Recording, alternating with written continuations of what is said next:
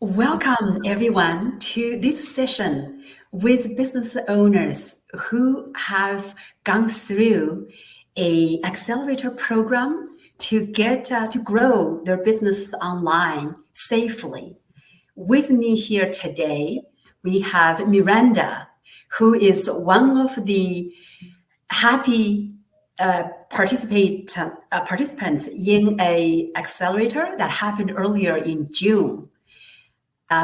We have another business owner, Natasha, who is getting through some technical challenges. So hopefully Natasha can join us soon. And myself, I am Jenson, and I am the CEO of the nonprofit that organized the Safety Net Accelerator this June.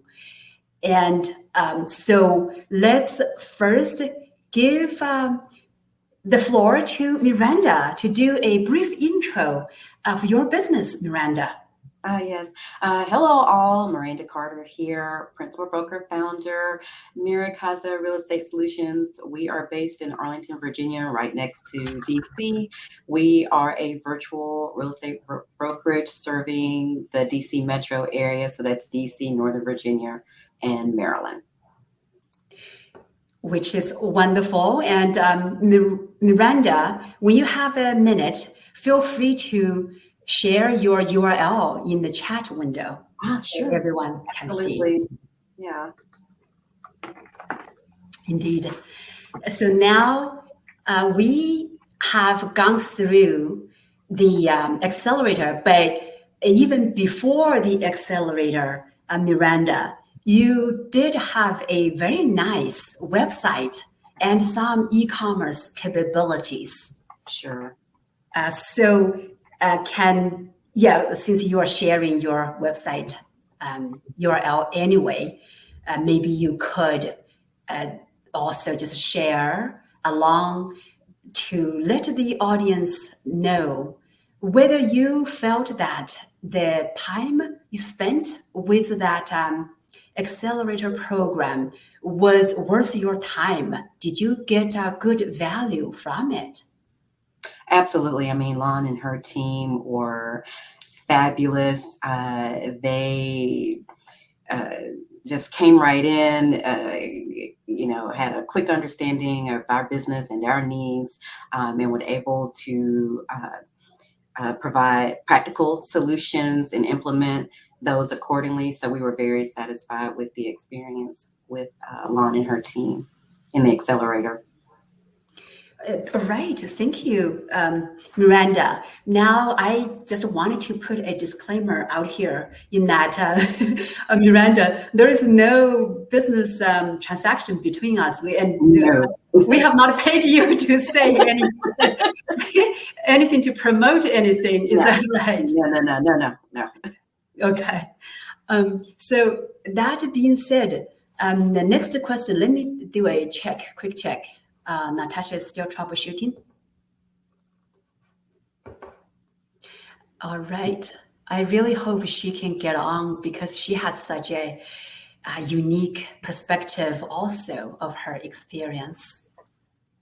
And her business structure is completely different. So her business needs were different as well. So it was that is right. Yeah, that actually is a good point, Miranda, about the different types of businesses. So some business owners may think that, hey, my business does this or sells, say, clothes, is online selling for me, for my business. You would think that, right? Trying clothes on needs to be a physical store kind of situation. And so what's your take on that, Miranda? I'm sorry, can you repeat the question? Right, about what's a suitable business for going online or for trying to go online. Do you feel that even your business is being very locally conducted because the real estate is to provide access to people in a physical region? So did you feel that growing online, did you have to do some thinking about, hey, is growing online even suitable for my business? Why don't I just keep business offline because of the type of business I run? So did you go through that kind of thinking, Miranda? Yeah, I mean, I did go through that type of thinking, but we are in 2021, and everybody, even if you are a local brick and mortar business, you need some type of social validation out there, and everybody's going to check, make sure you have a website. For us, it's Instagram and our website, TikTok, LinkedIn. All of these online presences are very important with establishing our brand, even though we're here locally, serving a local region. So in a way, it's getting your business known online and then doing business locally. And that has proved working for your business. Absolutely. Absolutely. Beautiful. I've actually had, people say, hey, I saw a TikTok and I didn't even know, you were here, and, you were selling real estate, and, there's that. Right. Yeah. That's very refreshing to hear. Mm-hmm. Now yay, Natasha has come through, conquered the technologies. That's what we are here to do, conquering it. And getting it to serve our needs. So, Natasha, we did a quick intro of the businesses. Would you also, the same chance for you to tell us about your business a bit? Yeah, so good afternoon, everyone. I'm Natasha Jenson. I'm the CEO of Accountants on the Go. I'm based in Shreveport, Louisiana, but my business is pretty much virtual. I can service clients all over the U.S., especially in this virtual world. But I'm a full-fledged accounting firm. I do everything from business tax returns, individual tax returns, payroll for small businesses, bookkeeping, anything in pretty much in the accounting finance sector. I help businesses establish all their paperwork to register properly for the state, things of that nature. So full-fledged accounting tax firm is pretty much what I do. I've been in business since 2017 from the business perspective. Although I am familiar with taxes, I've been doing individual taxes since probably about 2006, 2007. So that's a little bit about my background.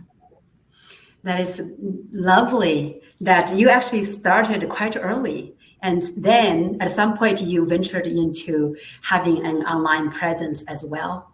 Yes, absolutely. Yes, absolutely. Since I've been in business since 2017. And of course, with the pandemic, I, of course, had to pivot and kind of focus on serving clients from an online perspective. So in the midst of COVID, that definitely has been the thing that I kind of focused on, is pivoting to do more online virtual meetings with clients, which allows me to be able to have clients all over the U.S., like I mentioned. Yeah, I was going to say that your business seems a bit even more portable in comparison to Miranda's. Yes, and I think the name kind of says it all, Accountants on the Go. So if I need to go to clients, that is an option as well. I can come to them and set up at their site to provide services as well. Yeah. On that note, the kinds of data also is different. So the next thing, since we are including the Cybertrust or digital trust as a foundational piece of the businesses, so we wanted to have a quick understanding of your thoughts.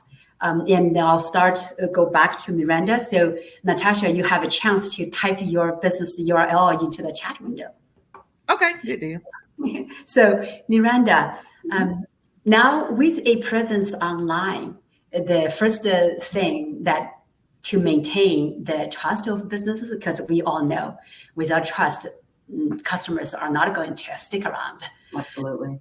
Yeah. So with that, how is your business handling the data that you process?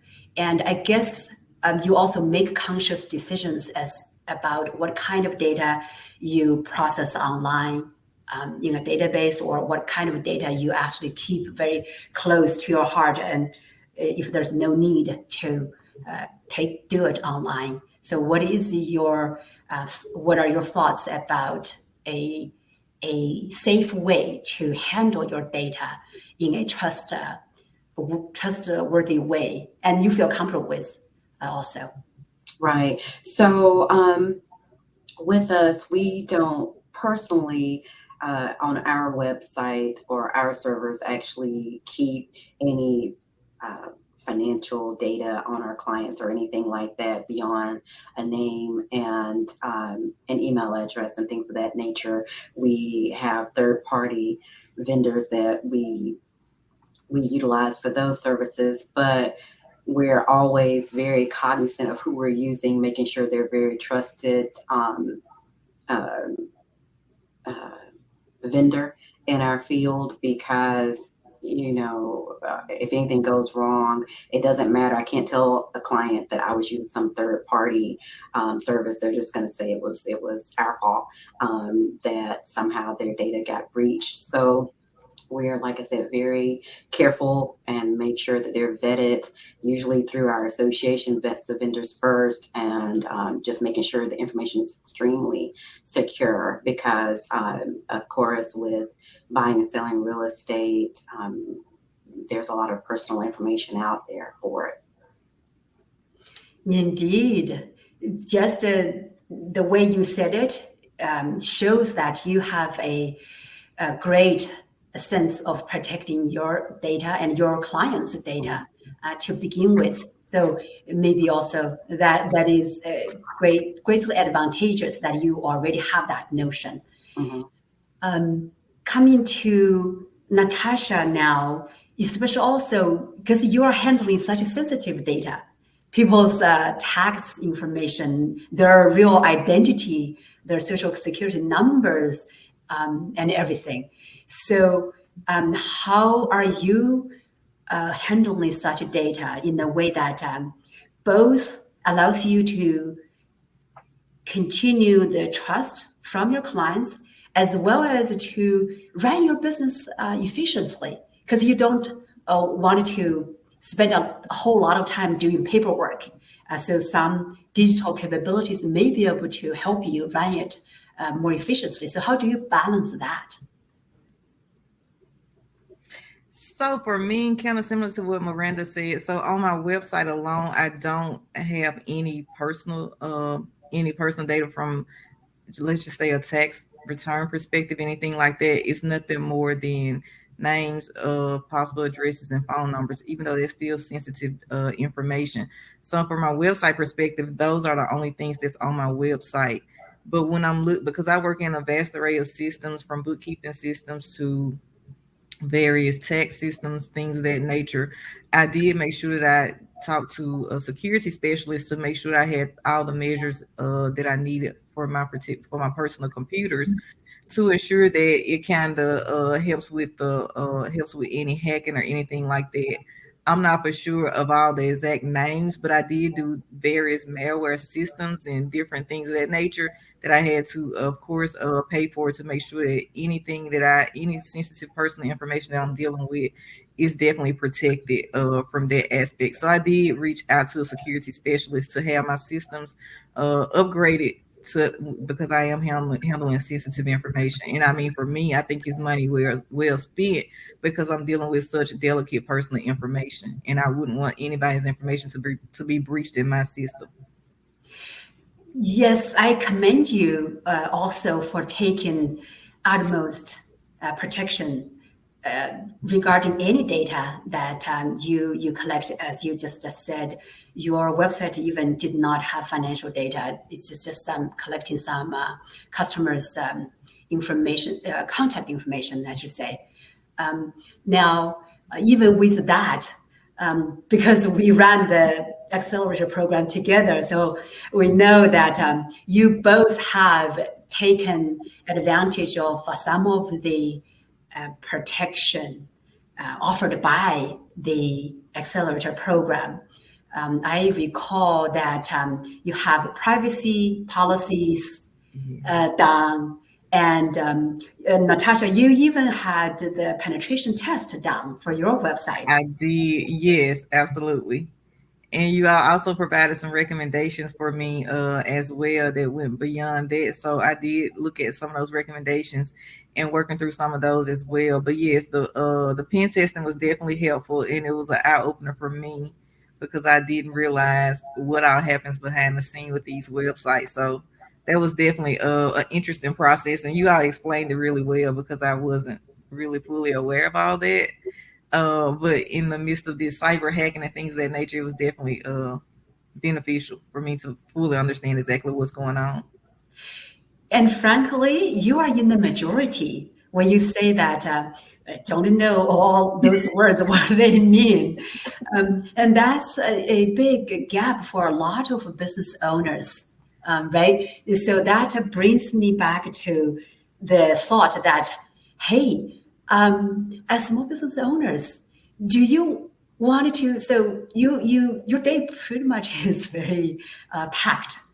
And do you actually want the services or cybersecurity and other IT services to be provided by a company that knows how to do it and that you can trust? Or do you want to actually learn your way and then eventually, maybe in a year's time, you are fully confident that you and your team can take care of the security elements yourself? So any thoughts on that?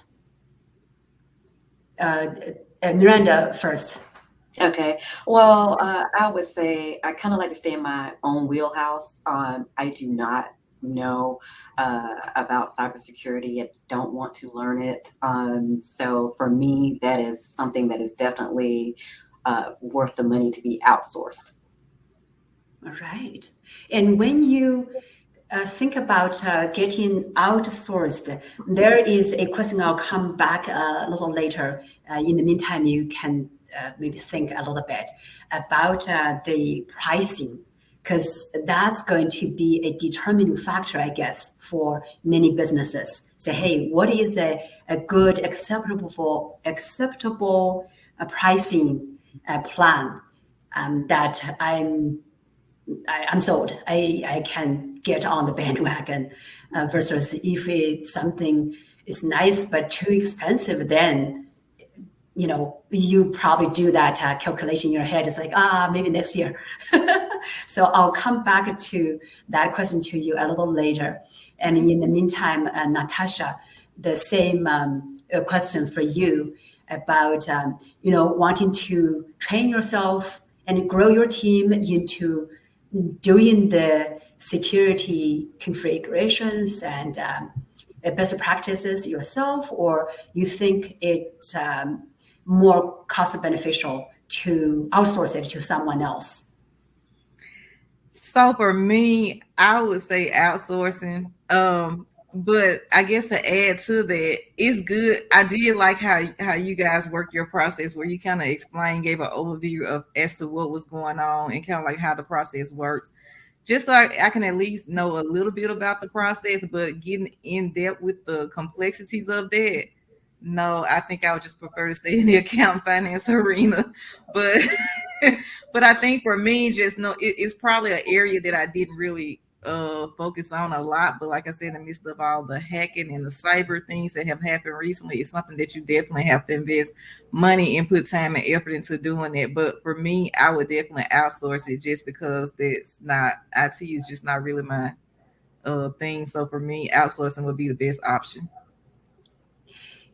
Right. And Miranda, I saw you're nodding your head. Seems like you're, exactly in agreement on that. Yeah, absolutely. So then, very naturally, we come back to that question about the pricing point. I'm asking you this in a way to actually, disclaimer, to benefit a program that we are running with the city of Coral Gables. So as a matter of fact, based on the accelerator that you participated in the summer, City of Coral Gables leaders saw that, hey, this is good stuff.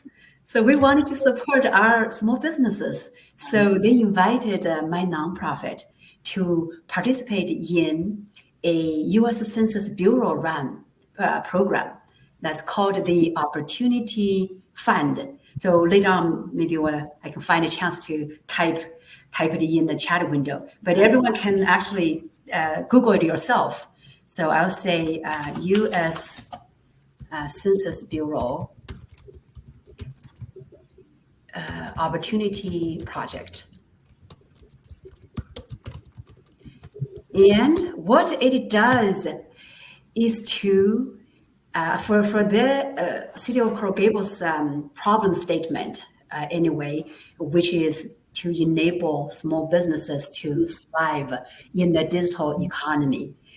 So they invited 4 technology companies to figure out innovative way to enable small businesses. And so we are invited as one of the 4. And as such, we wanted to then grow this accelerator program so that more businesses could also leverage the help that you went through. So on that note, let me also just ask you whether you felt that your experience through the accelerator with the 3 components, right? The playbook. The first one is a digital store, which means that your website or a digital store on another platform. Right. In your case, you already have your digital store, so it's just enhancements. And then the second component is the digital marketing, where you selected some marketing goals, such as Google My Business profile or a email campaign or etc. So the second component. And the third component is the digital trust with cybersecurity and privacy best practices. And so the question now I want to put to you is whether you think that those 3 components are a good compact way for you to go through the accelerator program in the about 4 weeks time, right? And then some tasks may extend a little bit for the team to get the outcomes all delivered. So it's 4 to 6 weeks time. So now my question is, do you think 4 to 6 weeks is a good length of time from your perspective as a business owner? Well, I can say from my experience of going through the accelerator, it seemed like the appropriate amount of time because, you guys gave us our homework assignments of what we needed to do. And as long as we completed our side in a timely manner, you could do your deliverables also in a timely manner. So it seemed like it was not too long. Just enough time and considerable value. Okay. Yeah, because I'm just picking your brain at this point so that we can tailor this project with the City of Coral Gables and Census Bureau to be just right. Because small business owners' time is very precious. We don't want anyone's time wasted. So Natasha, you think it's a good length of time, or you want to see it extended a little bit longer or a little shorter? No, I think the 4 to 6 week time period was an ample enough amount of time, because as Miranda said, it gives you time to give us, we can tell you guys what we need, and then you in return get your timeline together as to how long it would take to implement those concepts and ideas. So I think that's a good amount of time. I wouldn't extend it any further, because I think it kind of puts the focus on, I have 4, 5, or 6 weeks to kind of focus on getting this done, whatever your task is and whatever your goals are. So, at the end of 6 weeks, I should have some goals accomplished from whatever it was that I was trying to focus on. So I think that will be a good amount of time. Okay, good to hear. And last question, and then maybe we can answer some questions from the audience. I see one question in there. So my last question is also about the kinds of services that get included in the accelerator program. So we just mentioned about those three, and digital marketing, digital store, and digital trust. I see one improvement that the accelerator can do is to foster more interactions among the accelerator cohorts so that the small business owners can build up rapport with each other. You have similar experiences to share, and even develop some businesses among ourselves. So that's what I felt is one area that we should be able to do more in the future. So what are your thoughts on that? I mean, of course, I think it's a good idea if it's a little bit more collaborative than it was than when we were going through the accelerator, because, you never hurts, It to have hurts. Yes. and and we're all in the same boat as far as being small business owners and things of that nature with very similar pain points. Indeed. And also, I saw a lot of drive, professionalism in seeing you the business owners coming through into the program and getting things done. So the accelerator teams, they are on the hook to deliver what you wanted done. So they get things done, but also sometimes they need the instructions from your side, right? So that they can deliver per your instructions. But the owners like yourself, you also came through very professionally and getting things done. So throughout that, I do see that trust is built up. You also showed credibility. So coming to you, Natasha, that's why I reached out to you to get services from you for the nonprofit on tax filing.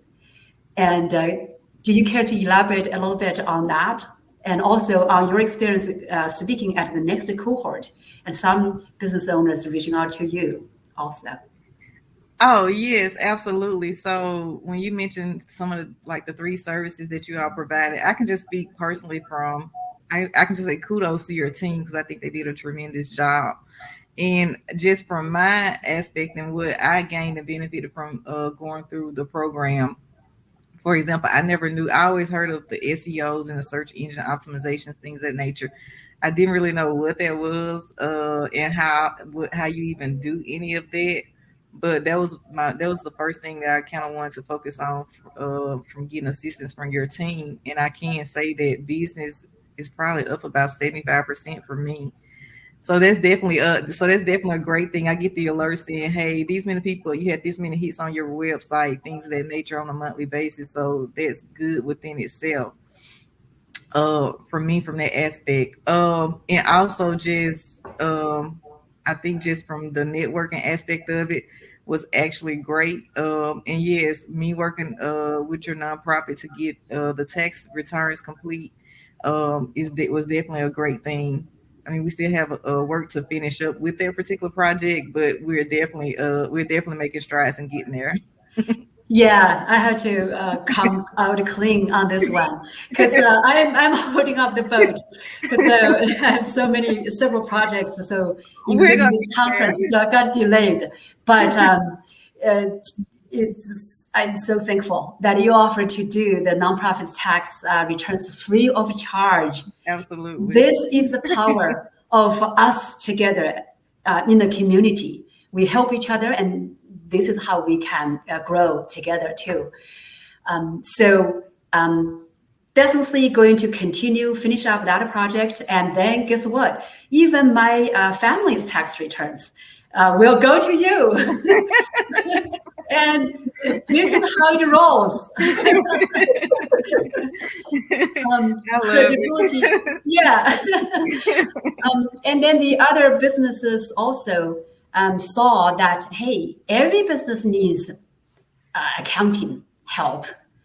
So this is how we can continue to grow our own communities without having to go to, say, some pricey larger firms. Absolutely. Yeah. So that being said, I'd like to turn. Miranda, you also, I was very impressed that when you said that you saw an uptick of your social media results already. Before we take the audience question, can you say a few words about that quickly? Yes, actually, I just had our June through October stats, which is, around the time we finished up with you, and your incredible team, especially on our digital marketing side. It seems like our Facebook page reached 32%, IG page of 360%, and it was just a lot of, we implemented basically all the ideas that your team brought to the table. So we're still going strong with that. So we're very, very pleased with the results. So wonderful to hear. On that note, also, we are working with more partners on all of these three key capabilities so that you will get even more continual growth. So now let me take the question from the audience. It's from Derek. It says, did you find the penetration testing affordable? I guess this refers to the one that Natasha, we mentioned that you got that. Did you find it affordable?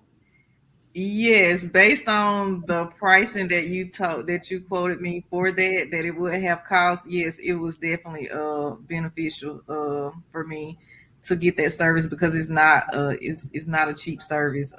It's actually very expensive, but I mean, I think that it helps, and it definitely helps protect your cybersecurity. It makes you feel better about your cybersecurity when it comes to your networks and your websites and things of that nature. So it was definitely well worth it. All right.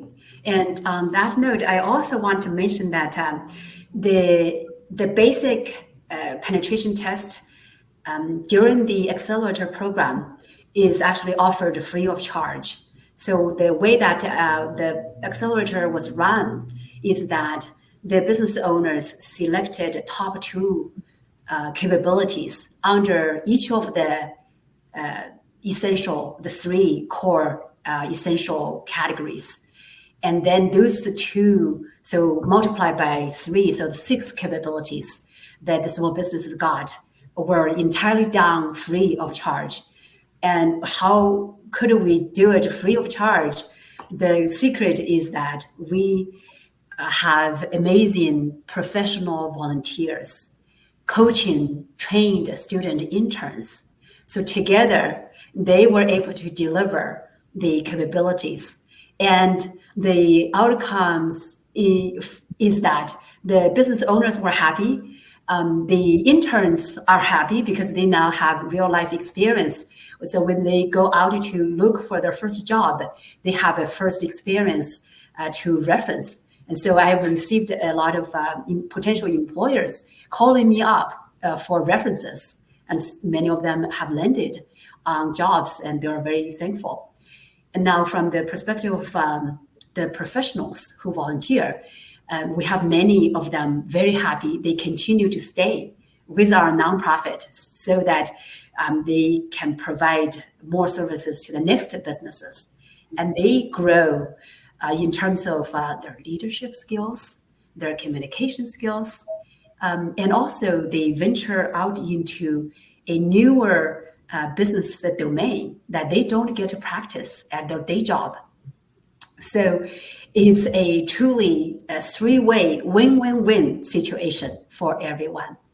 So on that note, then, I thank you, Miranda and Natasha, for speaking here at this conference. And we are going to post this video for continual exposure so that more small businesses will be helped, just like you, and will be able to grow online. Great. Thank you so much. Thank you. So thank you again. Thank you so much. Yeah. And see you in the other sessions. Yes. Bye-bye. Bye-bye. Bye-bye.